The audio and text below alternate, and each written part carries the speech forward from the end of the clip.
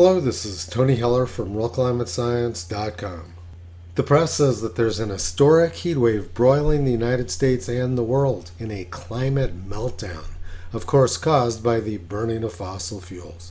And they say, all you need to know about everything that matters. USA Today says, summers are always hot. Here's how we know climate change is making summer 2023 hotter. Record-breaking temperatures are hitting multiple cities. Phoenix recorded an unprecedented 19 consecutive days over 110 degrees. Death Valley reached 128 on Sunday. Records are falling everywhere. It is not your imagination. This is not a typical summer. They are correct that this is not a typical summer. This graph shows the percent of United States Historical Climatology Network stations to reach 95 degrees Fahrenheit or 35 degrees Celsius sometime during the year. Only 36% of U.S. stations have reached 95 degrees Fahrenheit this summer, down from 93% in 1931. Since the 1930s, there's been a steady decline in the percent of the United States experiencing very hot weather. 1931 was the peak year for widespread heat in the United States. 1931 was also one of only 2 years when the United States experienced more than 50 million acres of burned land. Since the 1930s, burn acreage in the United States is down 80%, with this year so far being at a record low amount of burn acreage. The record widespread heat during 1931 in the United States led to widespread drought and starvation in a number of states. Australia was also experiencing starvation from heat and drought around that same time.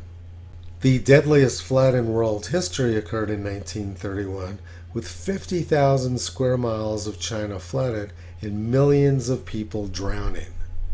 But 1931 wasn't the hottest summer in the United States. That occurred in 1936. The most intense and widespread heat wave ever to occur in the United States took place during the summer of 1936. In July and August of that year, temperatures soared to levels that have not been matched since. Readings of 120 degrees or higher were recorded in Arizona, Arkansas, California, Kansas, Oklahoma, South Dakota, Texas, and incredibly North Dakota.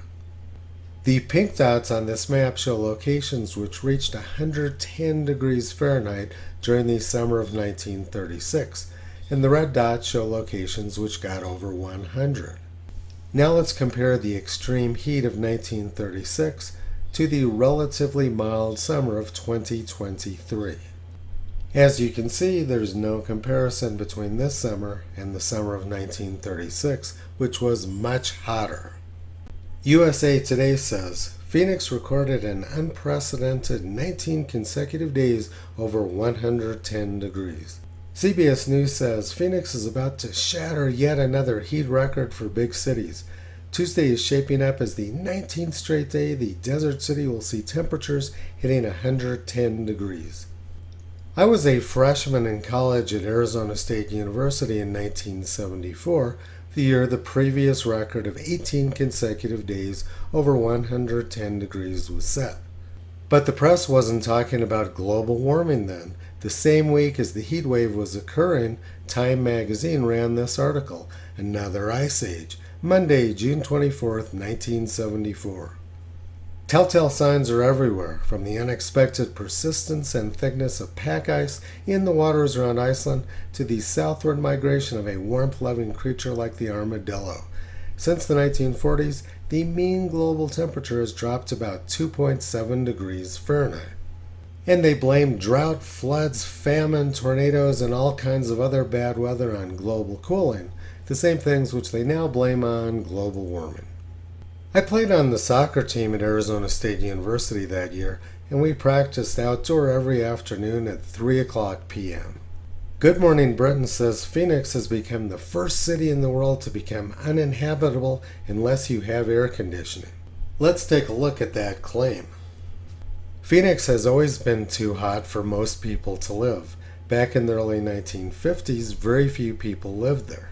But the widespread availability of air conditioning has caused Phoenix population to skyrocket over the last 70 years. And now, Maricopa County, where Phoenix is located, is the fastest growing county in the United States. The real story in Phoenix is that it's amazing they didn't break the 18 consecutive days over 110 degrees Fahrenheit record earlier. Phoenix is a giant urban heat island, and temperatures there have been diverging upward since the 1960s relative to the surrounding desert. By 2006, summer nighttime temperatures in Phoenix were about 8 degrees warmer than they were in the surrounding desert. I remember one night around 1980 when it was very hot in Tempe. I got in the car and drove south on Interstate 10, and when I got about 20 miles away, temperatures were quite pleasant and about 10 to 15 degrees cooler. People are voting with their feet and moving to Phoenix, and obviously they're not listening to the propaganda from the mainstream media. Good Morning Britain also shows that Wyoming is having extreme heat. I live in Wyoming, and we're having one of the coldest, wettest summers on record. It's pouring rain outside right now, and 61 degrees Fahrenheit. Normally, Wyoming is very brown this time of year, but this is what it looked like yesterday morning. Southeast Wyoming looks more like Ireland right now than what you'd expect to see in Wyoming in July. Now let's look at the third claim from USA Today.